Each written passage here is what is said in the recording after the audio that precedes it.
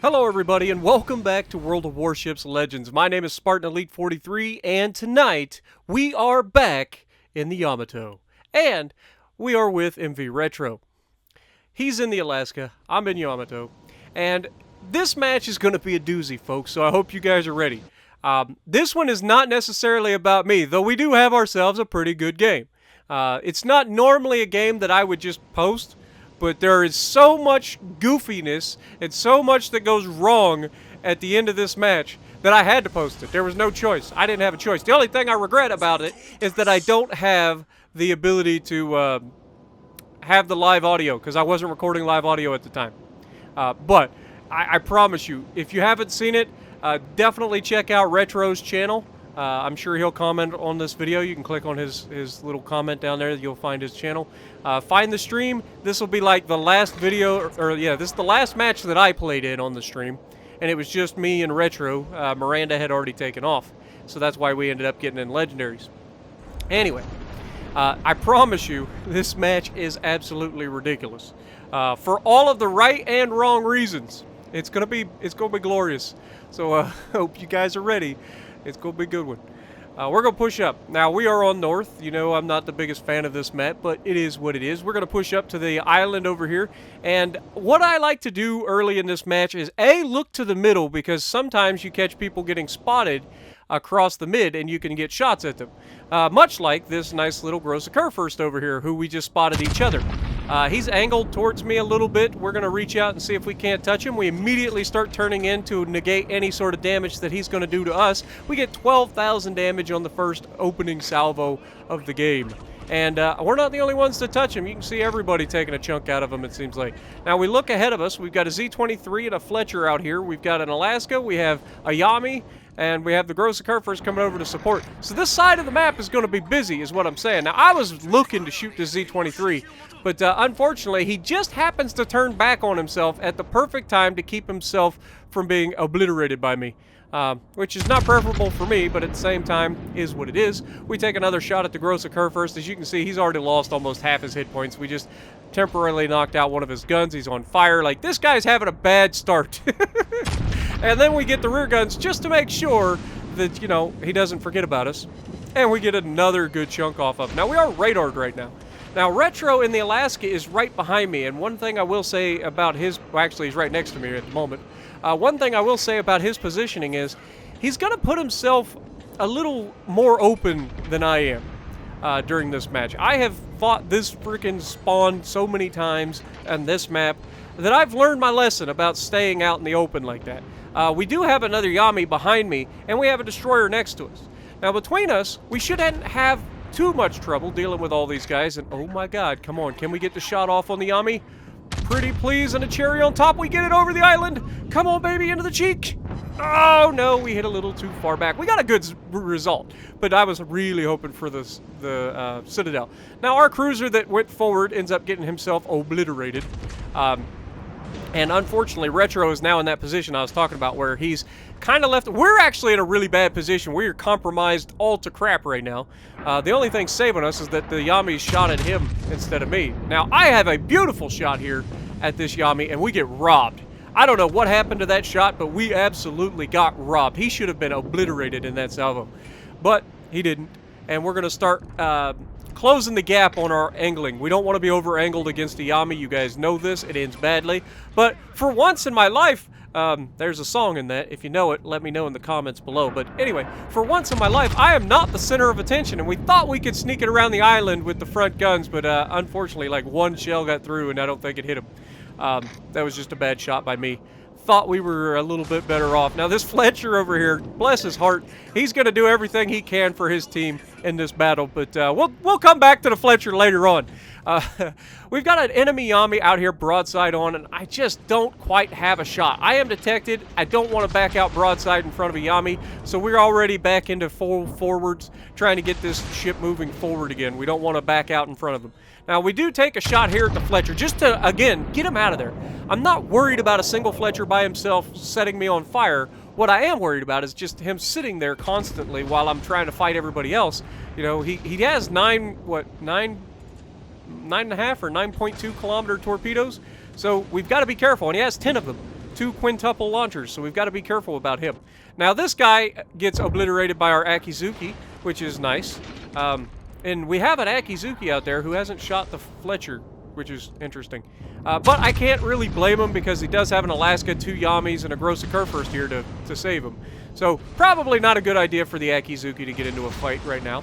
Grossa Kurfürst comes around thinking he's got all of that in a bag of chips, and we give him the salsa as well and take a good chunk off of him.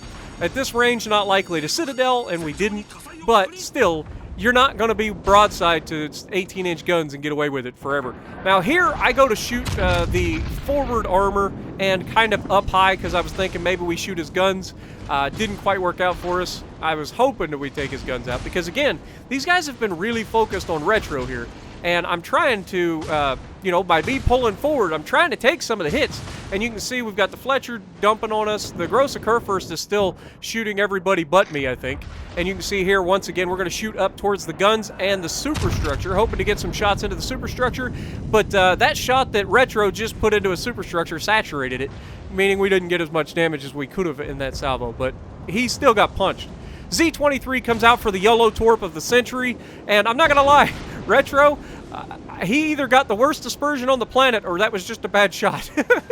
But he has dumped all of his torpedoes on me, and we managed to get away with only taking 2 torpedoes here, which is a fantastic result in a Yami at this close. But we're going to go ahead and make sure he doesn't do it again. And I'm not disrespecting Retro at all. He ended up dying there as well. From, I think, the Grossa Kurfürst or the Yami. Somebody shot him. Anyway, Retro goes down, and I wasn't trying to disrespect Retro or anything. It happens to the best. We all screw up. It just happens. But again, it could have just been really bad RNG. I wasn't paying attention. Here, this Alaska shoves his nose out here, and I'm going to show him that 18-inch guns, even with overpins, do a lot of damage. And there you go. 24,000 damage. We got 4 full penetrations, which was more than I was expecting. And a couple overpins on top of it. And then the Fletcher comes out, and right now I'm assuming I'm dead, right? I'm figuring I just burnt my damage con not too long ago. I've got 20 seconds left on it. Fletcher coming out. He's got 10 torpedoes loaded, ready to just absolutely annihilate me.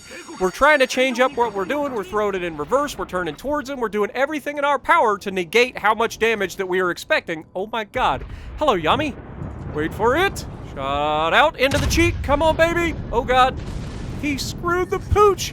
The Fletcher screwed the pooch, and we get our first 2 citadels on the enemy Yami, taking us up to 126,000 damage done, and we're still alive. Somehow, we are still alive.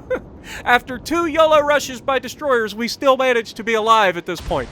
Now, that enemy Yami is still in a beautiful position for me to punch in the mouth, and so we're going to try to do it again. And so we take the shot, we're looking for center ship or cheeks, and down he goes, 2 more citadels. He's down, going to the bottom of the ocean. We still have an enemy Yami. The Alaska just went down, I believe, so we still have to worry about the enemy Yami. Now, this is the last big ship, and you've seen me check right there. Now, in my mind, this is my thought process. I completely forget I have will to rebuild. If I just back off, I can use the will to rebuild to keep me at a high enough level that I can fight these guys personally. I don't do that. I make the decision instead, knowing that that Fletcher is shooting me and setting me on fire. Now he's got me on fire twice. I can take out this Yami with 1 shot here, and I likely die by the Yami, but I don't want to wait around until the Fletcher gets his torps back. You know what I'm saying? Because he will kill me the next time. Now, Yami takes his shot. We die to the King George, actually, but we do manage to take the Yami with us, giving us our high caliber and 161,000 damage with our 3 kills. Not too shabby. And that's where everything starts to go horribly wrong. Now, in the stream, I believe I said something to the nature of, surely these guys can handle a Fletcher and a freaking King George. Right? What have we learned about World of Warships or World of Tanks and trusting teammates? Just don't do it. This guy's spamming HE at a broadside King George, or even a bow-in King George, but he's been spamming HE for the entire game. I have no idea why. Only thing I can figure is this guy has no idea what he's doing. He probably just got the new Fusu commander for the Azure Lane commanders, and he's like, I want to try these. Oh my God. Torpedoes coming from the right. Yudachi landing some torps. Luckily, the cruiser manages to be saved by our Yami here.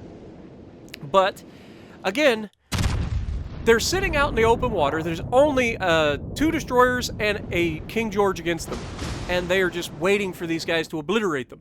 Now, we have a Shimakaze, and a Shima is doing the right thing. He's getting into the center cap, flipping that cap, and that will secure the win for us. As long as our team doesn't do anything incredibly stupid. I wouldn't hold out much hope, because, trust me, it gets a lot worse. And nobody is immune. Like, we already saw me screw up in this match. I could have survived and backed off and got will to rebuild going and been able to do more damage here. But because of the decision I made, I got rid of their Yami, and I managed to die. And that left our team with a huge advantage. We have a Yamato, a Shimakaze, Cruiser, and another Yamato. We have 2 Yamis, a Shimakaze, and a Cruiser, which I believe is a Wichita. And they have a Yadachi, a Fletcher, and a King George. This should be a no-brainer. This is the easiest win ever, right? There is nothing that my team could do to throw this match, right? If only that was the case, because what happens next can only be described as a sudden rush of crap to the brain, as Mr. Jingles would say, because down goes our Wichita to torpedoes from the enemy Yadachi. And then, worse than that, the friendly Yamato gets himself obliterated shortly thereafter. I don't know how, but he does. Anyway, the enemy Yadachi gets detected here.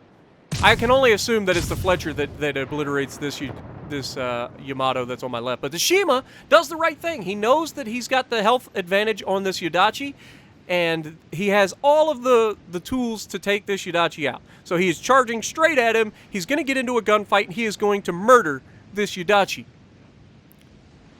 Which is beautiful, you think, right? You're like, okay, they only have 2 destroyers, the most dangerous of which is gone because he's died. But why would a Yadachi suddenly go broadside, guys? Anybody? Could it be that he has torps left? Absolutely. And this guy manages to put himself in. There's so much room to miss those torpedoes. And it's just like he froze and just went right into the one instead of like going either side of it.